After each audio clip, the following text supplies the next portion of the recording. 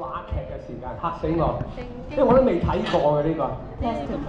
足之咁我去追咗成個劇，追咗 N 集咁大劑，去揾下究竟喺邊一幕出現嘅咧咁樣，好大家睇下㗎喎，一次唔知喎。唔係好名㗎喎，哦呢個。我哋都已經分咗手啦，你就揾我做乜嘢啊？我冇乜嘢幫得你㗎咯喎。乜嘢啊？分手成日，而家搞到咁嘅局面，不如我哋坐低靜靜慢慢講清楚好唔好啊？咁我哋要問下你阿爹至得啦，佢咧就幫日本人去做漢奸，咁啊殘害咗我哋好多中國同胞喎，人人都想得而誅之。你就過你家姐。你做咩係要去死啫？有冇其他辦法啊？阿晴晴，有冇？等我哋講完先。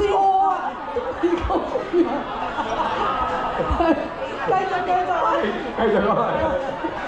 你有冇其他辦法？我乜嘢都想，乜嘢都肯做嘅，只要你唔好傷害我爸爸阿馮志苗就得㗎啦。阿晴晴真係幫你做先。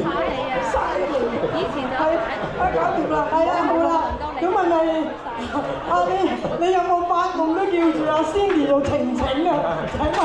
好彩冇啫，如果唔係我塊面中晒。我諗一講咗晴晴，個個都已經有。你講馮敬堯先應該係10成把握㗎啦。咁請問你有邊一位係答啱咗㗎？嗱，我哋嗰義工朋友佢哋講個決定邊一位答嘅就係為之。哦，呢位姐姐答中咗，係乜嘢啊？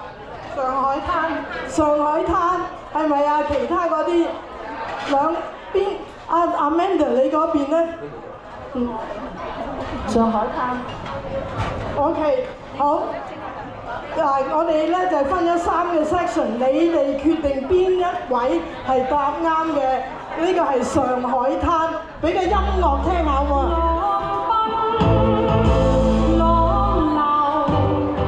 應該做完呢個叫先叫市長唱歌嘛。